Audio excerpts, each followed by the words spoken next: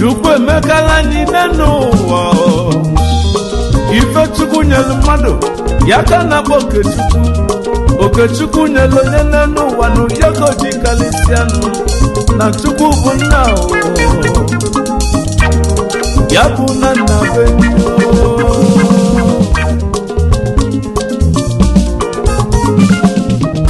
onye gaba m ife nna agụ n'egwu na ọ bụ maka anyị bụ Igbo amamife Chukwu nyere anyị ya ka anyị ji karịsịa ụmụ Igbo na ibe enyi ụmụ Igbo na ịgbasiri ike anyị zuru ụwa ọnụ anyị bụ ideji ụwa ofu obi ka iji bili ọganiru bụ nke anyị onye iwe weterie onye ntachi anya akachiterie ụmụ Igbo na n'Igbo ọnwa anyị batifadi ọnwa batifadi anyị batifadi anyị na-emepe obodo anyị batifadi anyị bụ ideji ụwa anyị batifadi onye iwe weterie anyị batifadi onwere onye na-esi ndụ anyị batifadi anyị batifadi anyị batifadi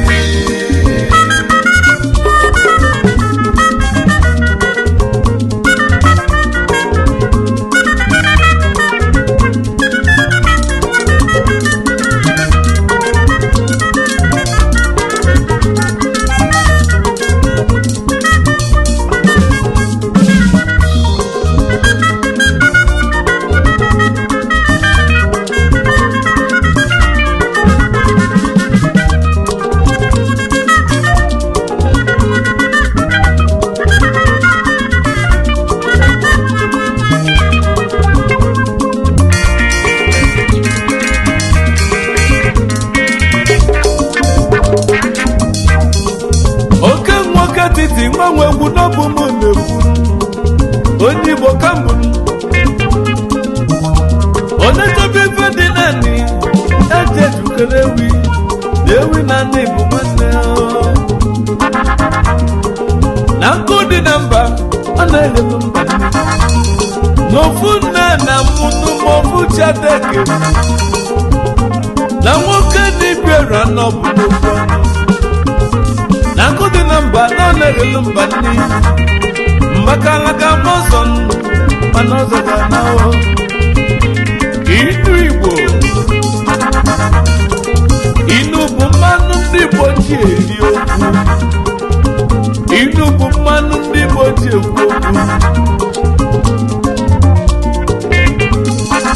gwam gwam gwam wabụ ife na-eti nwata ife n'iru nne ya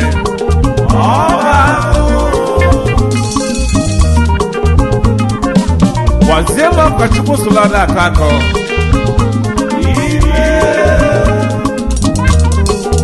gwazie m ife nkulu mmiri na ga-enu akị oyibo okwu Igbo n'ọdị ụsọ ọ bụrụ na na-abịa ụwa ọzọnụ ọnwụ si pụtanụ onye Igbo ka ga-abụ onwe Igbo na ịgbasiri ike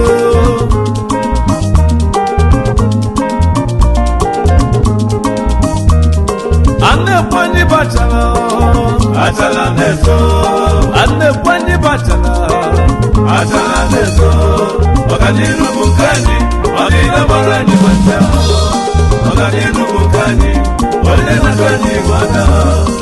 onye na-ewe iwe bụ na ndị ife dị nyela anyị ka isi aka ụmụ Igbo anyị Igbo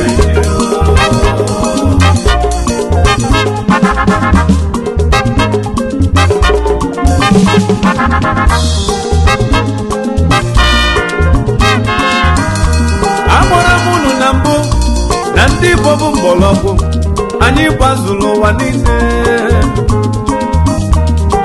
iruo na Amerika Europe Asia Afrika na n'ịnọ ya anyị na-eje obodo na-emezi obodo na-emeta obodo mma anyị na-emesi obodo anyị eweta ife ọma wee nata ndụ anyị o.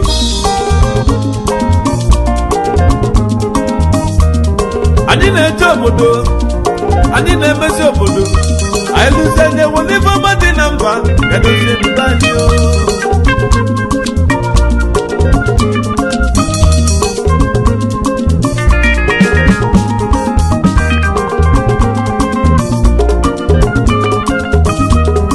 Ka nọ n'Amerika ka ndị ezute ụmụ Igbo bi n'Amerika, ife mkpọrọ mba bụ ndị ọma bi n'Amerika, ndị ọma n'Amerika, ndị ọma n'Amerika, ndị ọma n'Amerika, ndị ọma n'Amerika, ndị ọma n'Amerika, ndị ọma n'Amerika, Okenwa na-ekene ndị ọma n'Amerika, ndị ọma n'Amerika. Ka njezi ekene ndụ Atọli Chukwuemeka Ụkpana, eze nne Awka-etiti,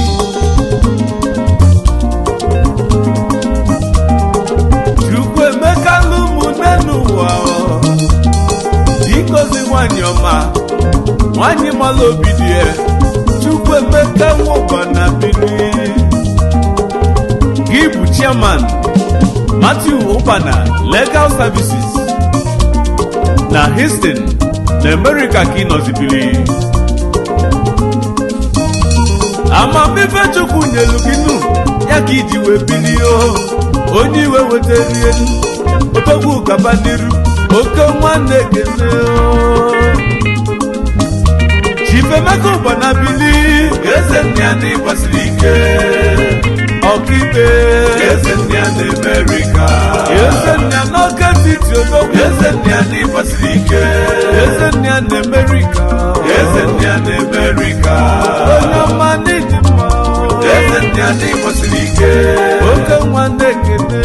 eze nne ya n'Amerika. Ka njezi ekene nụ Chief Okechukwu Nweke, Ọnnabenyi ụmụdịọka Ọka ka isi eje, Ọnnabenyi n'Amerika, Ọnnabenyi n'Ọka, ọgaranya Chukwu mere eze, owule ego na-enyelu ụmụ ogbenye aka. Ọnnabenyi n'ịga dịla anyị nụ, onye nwelu gị nwelu mmadụ na mmadụ ga-eji aka. Ọnnabenyi bilio, gị bụ chairman Michael Environmental Services USA. Ndị egwu m ka eje kene nụ Ọnnabenyi Chifu Okenweke ọgaranya n'ịgadị o. Ọnnabenyi n'Amerika o. Ọnnabenyi Chifu Okenweke ọgaranya n'ịgadị o. Odogwu Chukwu mere eze ọgaranya, Ọnnabenyi Chifu Okenweke ọgaranya n'ịgadị o. Anyị wee na-ekene Chief Sir Oliver Ezadom, eze mama n'Amerika, expert in marketing of petroleum products worldwide, the oil sheikh, eze mama na-eji your signature n'ife n'ụwa niile. Gị bụ chairman Olimfo Incorporated, imelu ka ndị be anyị wee malụ ulu dị n'iji gasị esi nri. Chief Sir Oliver Ezadom, eze mama n'Awka-etiti, eze mama n'Amerika, eze mama the oil sheikh, ọgaranya n'ịgadị.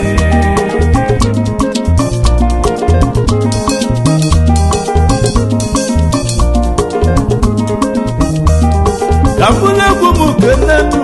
Chief Nweke Ochendo ụmụdịọka ọka Ochendo odogwu n'ibi n'Amerika Ochendo n'Amerika Ochendo n'ụwa niile ọgaranya n'ịga dị gị bụ chairman Valpal Nigeria Limited abịa n'Amerika ma n'ịnọ ya Ochendo zuru ụwa ọnụ n'oke nwa na-ekene ọgaranya biko bili Ochendo ka ịtụọnụ ya Ochendo n'ịgade Chivalu nweke Ochendo n'ịgade ọka ka isi eje Ochendo n'ịgade Ochendo n'ịgade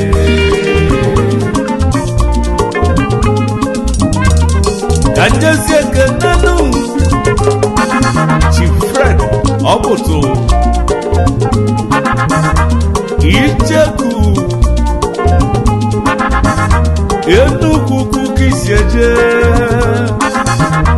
Icheku n'Amerika ụmụ Igbo jigemọnụ Hosting the Cycle Motopass Motos Papers gị kalisian ọgaranya Chukwu meleze Enugu ka isi eje Okenwa Awka-etiti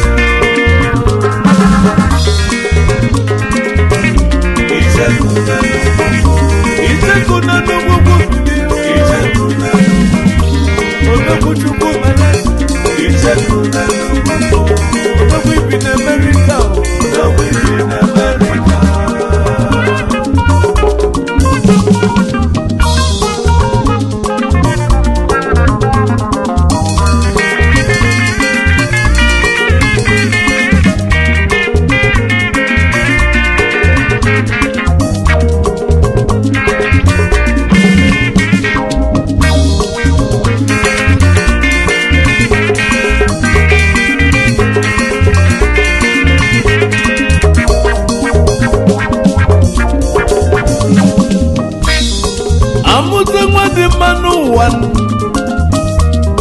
obodo enwebe aṅụli na ndị ụmụdịọka n'ọka pụtalụ nwa dị mma ọ bụ onye ka m na-ekwu maka ya Chief Dr. Obi Nweke Nwachinemelu n'Amerika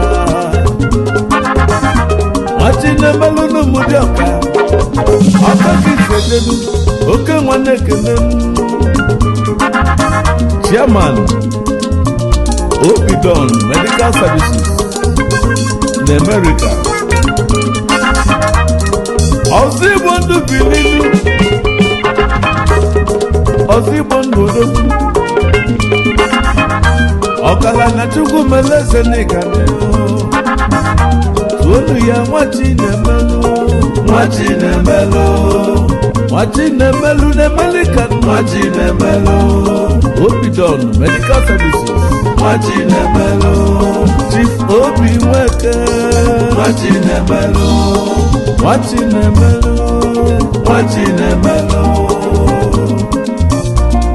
ka njesi ekene High Chief Emeka Izuegbunam Akachuka Awka-etiti Ezisi ụmụnna kwere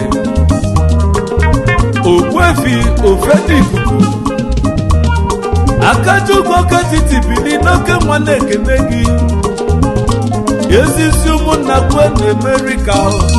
onye nwelu gị nwere ifelu na nne mụlụ gị mụlụ mmadụ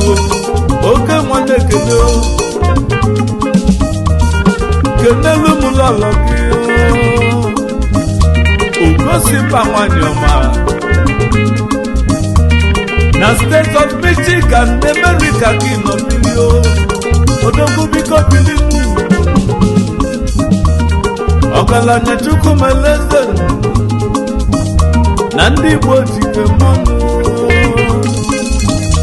Awka-etiti jigaba mba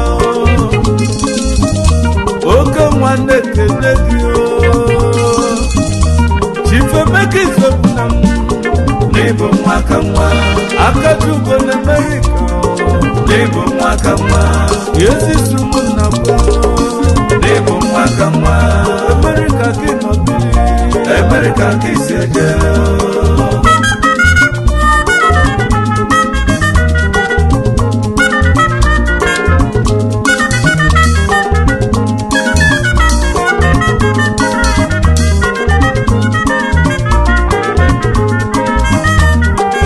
Chukwu emekala anyị n'ụwa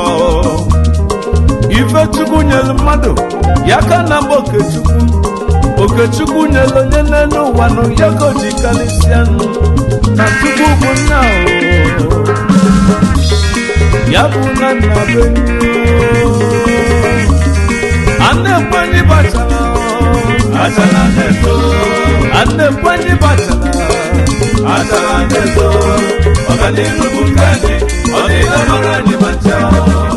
ọganihu bụ nke anyị onye na-ekwe anyị mata onye na-ewe iwe